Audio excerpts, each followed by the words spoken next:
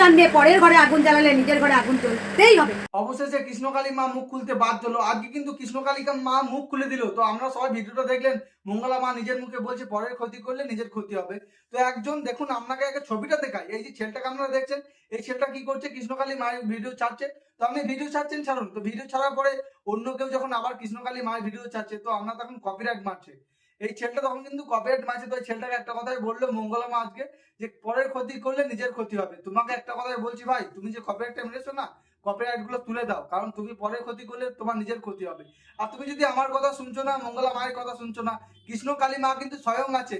মা কিন্তু নিজে বিচার করবে যে তুমি যদি পরের ক্ষতি করছো, তোমারও ক্ষতি হয়ে যাবে। একদিন কৃষ্ণ কালী মায়ের কৃপাতে এমন হবে তোমার চ্যানেলটাই থাকবে না। তো তোমাকে বলছি, হাত জোর করে অনুরোধ করছি তোমার কাছে আমরা সবাই, তুমি যে কাজগুলো করছো, ভুল করছো, এরকম কাজ করবে না। তুমি কপিরাইট গুলো তুলে নাও।